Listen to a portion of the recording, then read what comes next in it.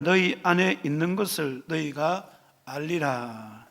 아멘. 할렐루야. 우리 자회 한번 인사합니다. 눈짓으로만 사랑합니다. 축복합니다.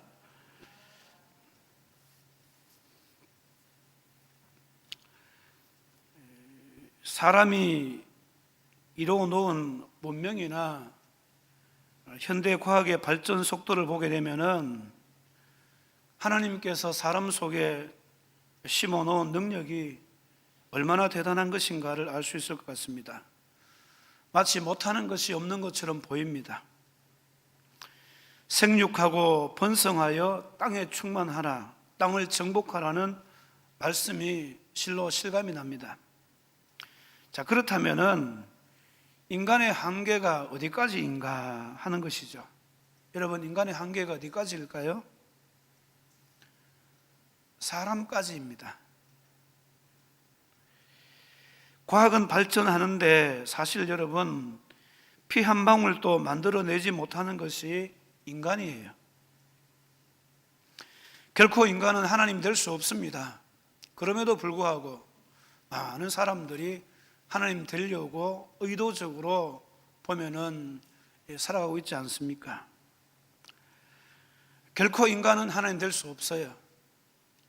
그래서 우리 날마다 하나님을 왕으로 인정하고 살 수 있는 그런 성도가 되셔야 됩니다. 자, 그런데 오늘 본문에 보시면은 예수님께서 제자들에게 하시는 말씀이 심상치가 않습니다. 12절 말씀입니다. 내가 진실로 너희에게 이르노니 나를 믿는 자는 내가 하는 일을 그도 할 것이요 또한 그보다 큰 일도 하리니 이는 내가 아버지께로 감이라. 이렇게 말씀합니다. 무슨 말씀이죠? 예수 믿는 자는 예수님이 하는 일을 할 것이요 그보다 더 큰 일도 할 것이다, 이 말씀입니다. 예수님께서 하신 일이 무엇입니까? 우리가 읽지 않았지만은 11절에 보면은 나오는 그 일을 이야기하는 겁니다. 그 일이라는 것은 기적의 증거들을 말씀합니다. 마가는 이것이 무엇을 의미하는지 구체적으로 기록하고 있어요.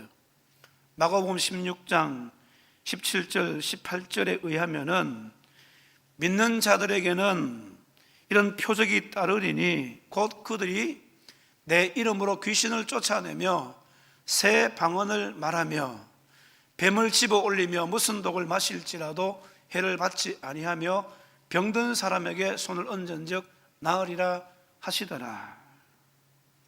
그래서 초대교회에서는 놀라운 기적들이 흔하게 나타났습니다. 베드로를 통해서 안진병이가 고침을 받게 되고 죽었던 도루가가 다시 살아나는 역사가 일어났습니다. 그런데 이 일보다 더 큰 일을 하게 된다, 오늘 말씀합니다. 보다 위대한 일을 말하고 있습니다. 하지만 우리는 이 말씀을 잘 이해하셔야 돼요. 질적인 면에서의 큰 것으로 보아서는 안 된다는 이야기입니다. 질적으로 예수님께서 행하신 것보다 더 큰 일을 우리는 절대로 행할 수가 없습니다. 우리 사람까지니까요. 우리 하나님 아니잖아요. 하지만 양적으로는 이것이 충분히 가능하다는 사실입니다. 어떻게 가능하냐? 오늘 본문의 말씀을 중심으로 성령으로 그보다 큰 일을 행함이라는 제목으로 함께 은혜를 나누겠습니다. 예수님께서 이렇게 그보다 큰 일을 행할 것이라고 말씀해 놓고 12절 끝에 보면 어떻게 말씀하는가 하면은 이는 내가 아버지께로 감이라, 이렇게 말씀하고 있습니다. 여러분, 앞뒤가 좀 개운치 않습니다. 그렇잖아요. 큰 일을 한다고 해놓고는 뒤에는 아버지께로 감이라 이렇게 말씀하셨어요. 예수님은 3년 동안 제자들과 함께 하셨습니다. 그들을 훈련시키고 가르치고 보호해 주셨습니다. 사실 제자들은 그들의 인생 가운데 주님을 빼버리면은 아무것도 남는 것이 없는 그런 연약한 존재들이에요.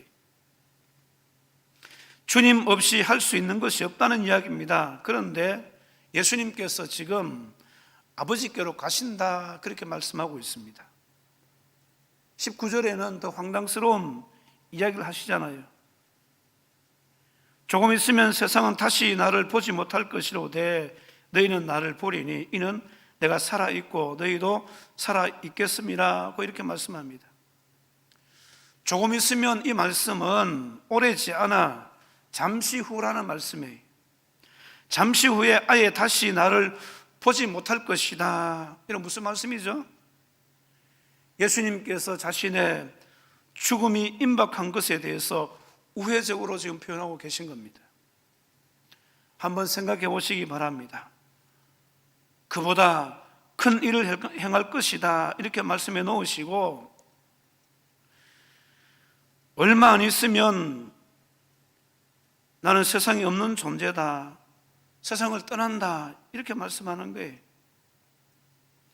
예수님도 안 계시는데 어떻게 제자들이 큰 일을 행할 수 있다는 그런 이야기입니까? 13절 14절에도 보면 이렇게 말씀하잖아요. 너희가 내 이름으로 무엇을 구하든지 내가 행하리니 이는 아버지로 하여금 아들로 말미암아 영광을 받으시게 하려 함이라. 내 이름으로 무엇이든지 내게 구하면 내가 행하리라. 예수님도 안 계시는데 어떻게 예수님께 구할 수 있겠습니까? 그리고 내 이름은 구하라고 하셨는데, 내 이름으로 구하라고 하셨는데 들어주셔야 할 실체가 되시는 예수님께서 안 계시는데 어떻게 응답해 주시겠다는 그런 이야기입니까? 이 모든 의문에 대한 대답은요, 이미 주님께서 하신 말씀 안에 다 들어있다는 겁니다. 내가 아버지께로 감이라. 내가 아버지께로 감이라. 조금 있으면 세상은 나를 보지 못할 것이로되. 이 의미를 여러분 잘 묵상하셔야 돼. 한마디로 말씀드리면 예수님께서 세상을 떠나서 어디로 가신다고 이야기하시는데 거기 어디입니까? 아버지가 계신 곳이다 이 말씀이죠. 아버지께는 예수님께서 원래 계셨던 곳입니다. 비워놓고 오신 하늘 보좌를 이야기합니다. 예수님께서 떠나신다고 하는 것은 이미 요한복음 7장 33절과 34절에 보면은 대중들에게 말씀하셨어요. 내가 너희와 함께 조금 더 있다가 나를 보내신 이에게로 돌아가겠노라. 너희가 나를 찾아도 만나지 못할 터이요 나 있는 곳에 오지도 못하리니 이렇게 말씀하셨습니다. 그러니까 예수님의 십자가 이 죽음은 하나님 아버지에게로 가는 통로가 될 것이다 이 말씀이죠. 우리의 모든 죄 문제를 십자가에서 해결하시고 원래 계셨던 곳으로 가시는 길이 바로 십자가의 길이에요. 예수님의 떠나심은 필연적으로 예수님과 같은 수준의 누군가가 오셔서 예수님의 하신 말씀이 성취되어져 나갈 것임을 지금 말씀하고 있는 겁니다.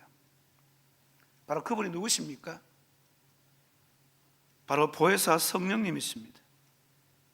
성령은 하나님의 영, 예수님의 영으로 전능하신 하나님이십니다. 여러분, 육신으로 이 땅에 오신 예수님은요, 시공간의 제한을 받으실 수밖에 없어요. 그렇지만 성령 하나님은 영이시기 때문에 시공간의 제한을 받지 않습니다. 예수님께서 하늘로 가시고 그 보혜사 성령을 너희에게 주사 영원토록 너희와 함께 하리니 라고 그렇게 말씀하고 있습니다. 우리가 잘 아시듯이 예수님께서 십자가에 죽으시고 3일 만에 부활하시고 40일 동안 세상에 계시다가 하늘로 승천하시는데 떠나가시기 전에 지상 명령으로 주신 말씀이 있죠. 그 말씀이 뭐죠?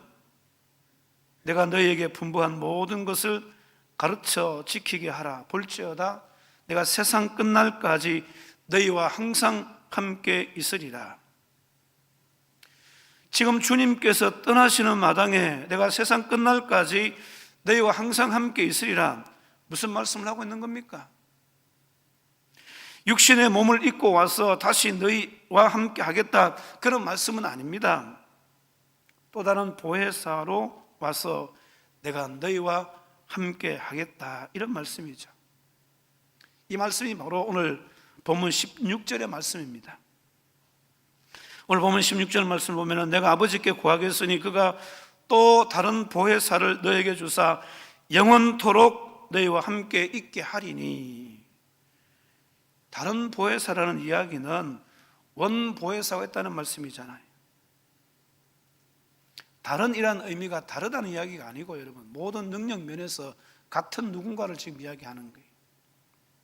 원보혜사, 원보혜사는 바로 예수님 자신입니다. 그리고 또 다른 보혜사는 성령님을 말하는 거예요. 보혜사라는 말은 곁에서 돕는 자라는 뜻입니다.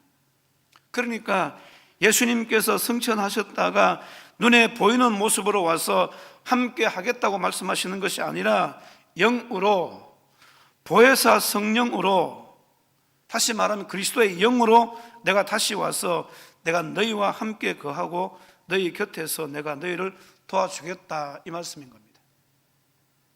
얼마나 신비한 말씀인지 모릅니다. 내 죄를 청산해 주시기 위해서 2000년 전에 오셔서 십자가에 죽으시고 부활하신 전능하신 예수님께서 다시 하늘로 올라가시면서 내가 그리스도의 영으로 다시 와서 너희 안에 거하며 너희와 함께 있겠다, 지금 이렇게 말씀하는 거예요. 그것도 잠깐 손님으로 와서 머물러 계신 것이 아니라 우리 안에 완전히 거주하시기 위해서 거처를 삼고 영원토록 함께 해주겠다, 이렇게 말씀합니다.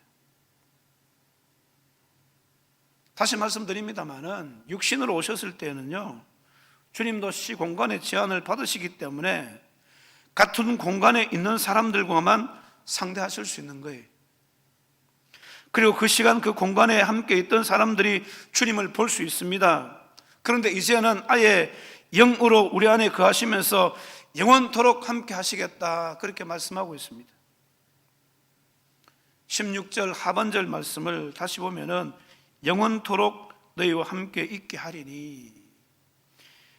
23절에 보시면요, 23절 하반절에도 우리가 그에게 가서 거처를 그와 함께 하리라, 이렇게 말씀하시잖아요. 우리가라고 이렇게 말씀하는데 우리는 누구를 말씀하는가 하면은 성부 하나님과 예수 그리스도를 말씀합니다. 우리가 그에게 가서 거처를 그와 함께 하리라. 여러분, 이보다 더 신비한 말씀이 어디 있습니까?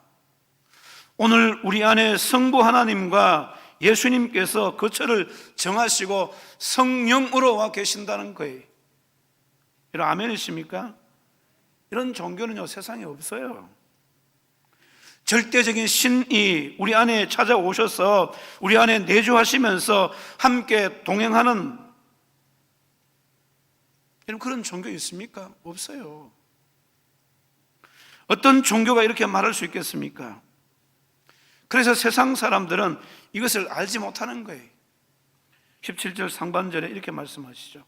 그는 진리의 영이라 세상은 능히 그를 받지 못하나니 이는 그를 보지도 못하고 알지도 못함이라. 아무리 내가 이야기해도 세상 사람들은 모른다는 것입니다. 왜 모르냐? 주님께서 말씀하고 계십니다. 그들은 성령을 받은 적도 없고 성령의 역사를 본 적도 없고 성령을 알지 못하기 때문이다, 그렇게 말씀하여요. 그런데 주님께서 오늘 우리에게는 이렇게 말씀합니다. 17절 하반절 말씀에 그러나 너희는 그를 아나니, 너희는 그를 아나니, 우리가 성령을 알 수 있다는 거예요. 아나니, 그럼 너희와 함께 거하시면 함께 거하신다는 거예요. 또 너희 속에 계시겠습니다. 사랑하는 성도 여러분, 우리 몸을 성전 삼으시고 성부 하나님과 예수님께서 우리 안에 성령으로 오셔서 거하시기 때문에 우리는 알 수 있다는 것입니다. 어떻게 우리가 그보다 큰 일을 할 수 있을까요? 어떻게 우리가 예수의 이름으로 기도하면 예수님께서 응답하시고 행해 주십니까? 영으로 우리 안에 성부 하나님이 계시기 때문에 그래. 영으로 우리 안에 예수님께서 와 계시기 때문에 그렇습니다. 그래서 우리는요, 얼마든지 그보다 큰 일을 행할 수 있다는 사실을 믿으시기를 주님의 이름으로 축원을 드립니다. 무슨 일을 할 때에 나는 능력이 부족해서, 나는 지혜가 부족해서 못한다, 그렇게 이야기하시는 분들이 있잖아요. 이런 분명히 아시기 바랍니다. 능력이 부족해서, 지혜가 부족해서 못하는 게 아니에요. 성령이 내 안에서 일하시지 않기 때문에 못한다는 사실입니다.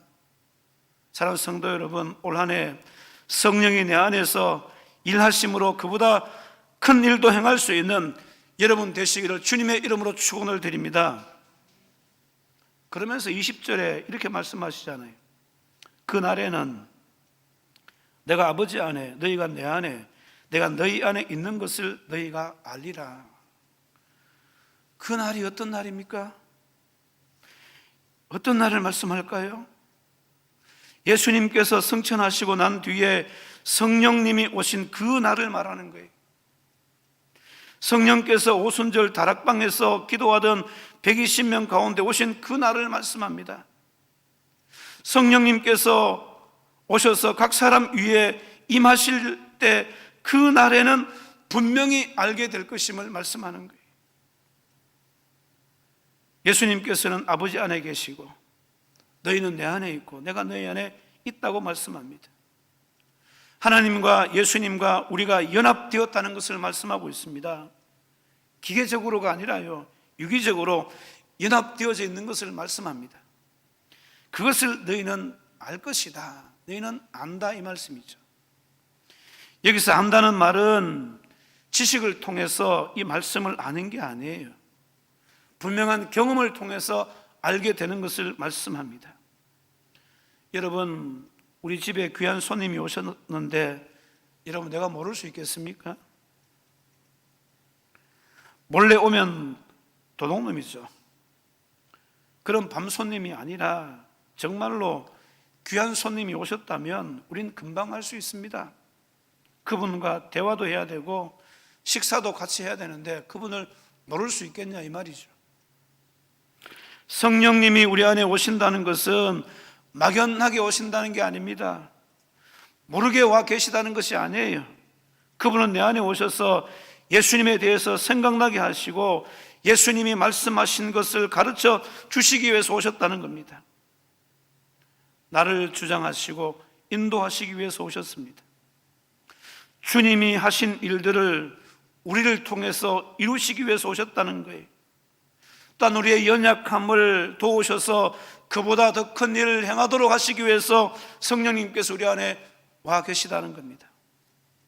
우리가 마땅히 기도할 바를 알지 못해서 애통할 때에 성령이 말할 수 없는 탄식으로 우리를 위해서 친히 간구하십니다. 그래서 예수님의 이름으로 무엇이든지 구하면 응답의 역사가 있게 되는 것입니다. 그런데 여러분, 이처럼 우리 안에 오셔서 이 많은 일을 행하시는 성령님을 우리가 모른다고 이야기할 수 있겠습니까? 만약에 모른다면요, 그리스도인이 아니에요. 그냥 교회만 다니는 종교인일 뿐입니다. 세상은 모르지만 너희는 알 것이다, 너희는 안다고 그렇게 말씀하는 거예요. 원래 우리 안에 성령이 와 계십니다. 여러분 아십니까? 아셔야 돼요. 세상은 모르지만 우리는 알 수 있어요. 내 안에 오셔서 비전을 주시고, 내 안에 오셔서 꿈을 주시고, 내 안에 오셔서 감동을 주시고, 예수님을 생각나게 만들고, 찬양할 때마다 주님이 생각나게 만들고, 성령님께서 하신 일이에요. 그런데도 성령님을 모른다면 그리스도인이 아니라는 거예요. 오늘 주님은 우리에게 고아와 같이 버려두지 않으시겠다고 말씀합니다.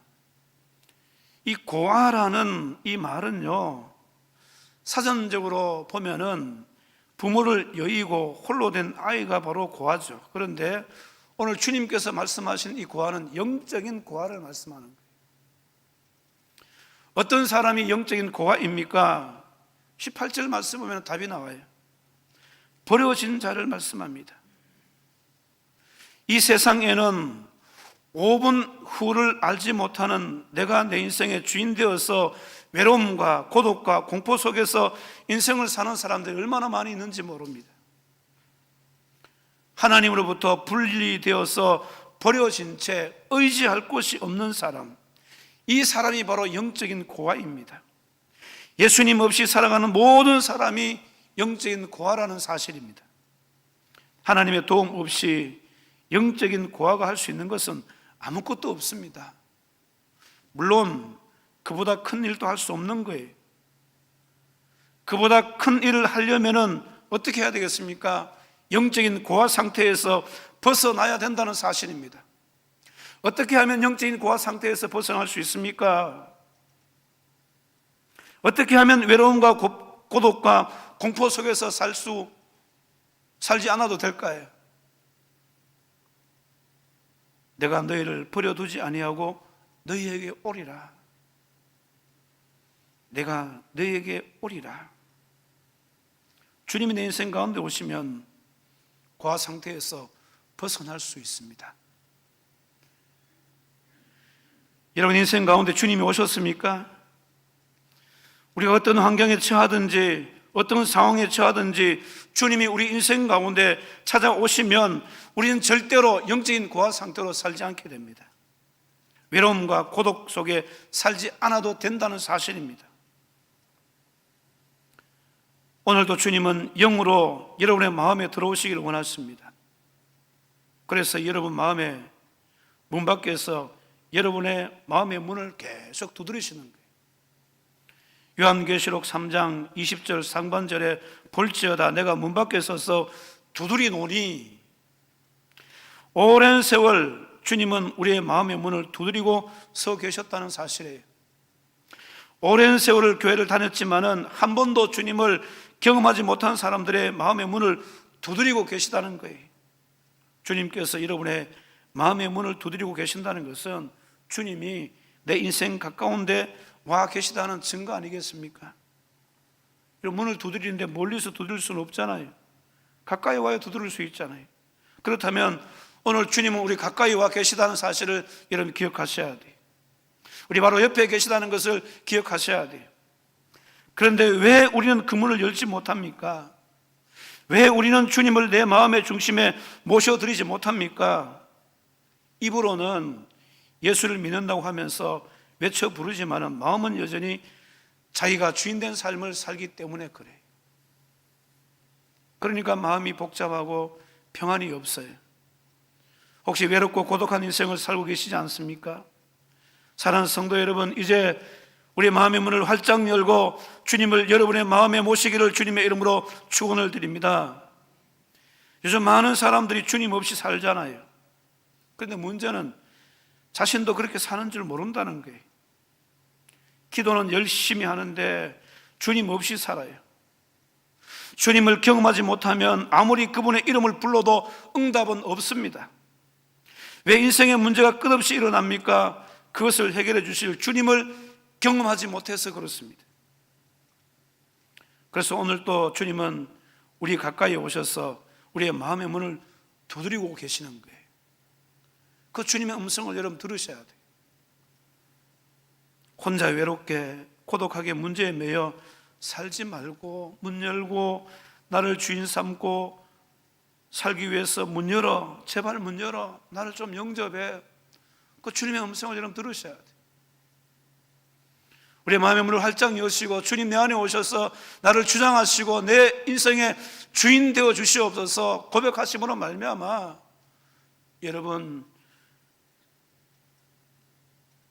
주님이 주인된 인생을 살아갈 수 있는 우리 모든 성도가 되셔야 됩니다. 우리의 마음을 활짝 열고 주님 오실 때 여러분 어떻게 되는지 아십니까? 계시록 3장 20절 하반절에 누구든지 내 음성을 듣고 문을 열면 내가 그에게로 들어가 그와 더불어 먹고 그는 나와 더불어 먹으리라 이렇게 말씀하고 있습니다. 이게 무슨 말씀입니까? 친밀한 관계가 되어져서 다시 말하면 친구가 되어져서 교제해 주신다는 거예요. 그래서 주님을 경험한 사람들은요 늘 주님과 교제하는 거예요. 기도하는 것도 교제입니다. 길을 가면서도 그 주님과 교제할 수 있습니다. 이런 인생의 행복은 내가 누구를 만나고 어떤 관계를 맺느냐 따라서 결정되어지는 겁니다. 높은 지위에 올라가고 남들이 갖지 않는 권력이 있으면 여러분 행복할 것 같습니까? 아니에요. 만약 그렇다면 여러분 대통령이 자살할 이유가 어디 있습니까?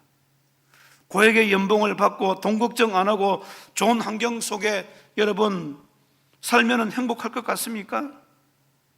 그것도 아니에요. 왜 그렇다면은 재벌의 총수가 자살하는 일이 생깁니까? 사실 여러분 우리나라처럼 좋은 생활 환경을 가진 나라도 그렇게 많지 않아요. 며칠 전에 저희 아내와 좀 걷다가 그런 이야기 했어요. 진짜 우리나라는 살기 좋은 나라다. 맞습니다. 진짜 우리나라는 살기 좋은 나라예요. 다른 나라에 비해서 잘 입고 잘 먹고 잘 삽니다. 모든 것이 풍성합니다. 그런데 왜 우리나라의 자살률이 1위가 될까요? 뭡니까? 잘 먹고 잘 사는데 불행하다는 이야기. 행복이라는 것은 돈에 있는 것이 아니라 환경에 있는 것이 아니라 결국 관계에 있다는 거예요. 사람과 사람 사이에도 관계가 깨어지면 얼마나 불행한지 모릅니다. 쉬운 예로 여러분 부부싸움 한번 해보세요. 지옥입니다. 형제 간에 어떤 문제로 관계가 한번 깨어져 보세요. 얼마나 마음이 불편한지 몰라요.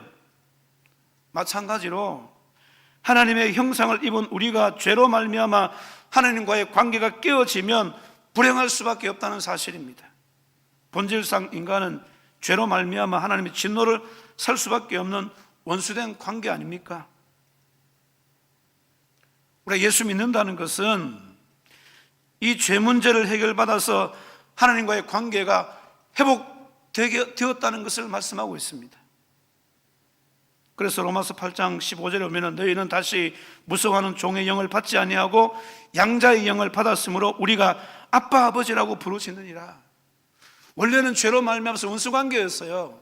그런데 예수 그리스도께서 우리의 모든 죄 문제를 해결하고 우리가 그 예수를 믿기만 하면, 영접하기만 하면 하나님 자녀의 권세를 주셔서 하나님을 아빠 아버지라고 부를 수 있게 되었다는 거예요. 관계가 완전히 바뀐 거 아닌가요? 예수를 믿는다는 것은 교회를 다닌다는 정도가 아닙니다, 여러분. 예수님을 영접함으로 말미암아 내가 그분과 인격적인 관계가 맺어진다는 것을 말하는 거예요. 하나님은 우리가 이 광야 같은 인생을 살면서 고독하게 살기를 바라지 않습니다. 외롭게 영적인 고아로 살지를 바라지 않는다는 거예요. 날마다 하나님을 아빠 아버지라고 부르며 살기를 원하고 계십니다. 우리가 하나님을 아빠 아버지라고 부른다는 것은 주님이 내 안에, 내가 주님 안에 있어서 인격적인 관계가 이미 이루어졌다는 것을 말씀하고 있습니다. 사랑하는 성도 여러분, 내일이라는 것은 나의 시간이 아니에요. 마음의 문을 열고 더 이상 영적인 고아로 살지 않기를 주님의 이름으로 축원을 드립니다. 사실 우리는 모두 다 고아와 같은 그런 연약한 존재들 아닙니까? 당연히 환경과 상황에 제한당할 수밖에 없습니다. 그러나 우리에게 영으로 오신 주님이 역사하시면 제한받지 않고 큰 일도 행할 수 있다는 사실입니다. 하나님과 인격적인 관계를 맺고 살면 여러분 우리는 하나님을 아빠 아버지라고 부르면서 그 하나님의 더욱 부여하심을 경험할 수 있는 은혜가 주어지는 거예요. 바라기는 우리 모든 성도들이 예수 그리스도로 말미암아서 내 안에 오신 성령으로 이 한 해도 그보다 더 큰 일을 감당할 수 있는 그런 성도가 되셔서 살아계신 하나님을 온전히 증거할 수 있는 그런 성도가 꼭 되었으면 좋겠습니다. 말씀을 맺습니다. 사랑하는 성도 여러분, 무엇보다도 말씀과 기도로 성령 충만하시기 바랍니다. 그리고 성령으로 제한받지 않는 그보다 큰 일을 경험하시는 2021년도를 살게 되기를 주님의 이름으로 축원을 드립니다. 우리 말씀을 생각하시면서 통성으로는 기도하지 마시고요, 통성으로 기도하지 말라고 이야기하니까 잔잔하게 여러분 기도하신 하나님, 성령으로 충만해서 이 한 해 동안에 그보다 더 큰 일을 감당할 수 있는 우리의 삶이 되게 하여 주시옵소서. 여러분, 우리 육신으로 살면요 제한받아요. 그렇지만 성령이 우리 안에 와서 여러분 거하시면은 여러분 성령으로 그보다 더 큰 일도 감당할 수 있습니다. 이런 삶을 살아갈 수 있게 해달라고 주님 세 번 찾고 간절한 마음으로 기도하겠습니다.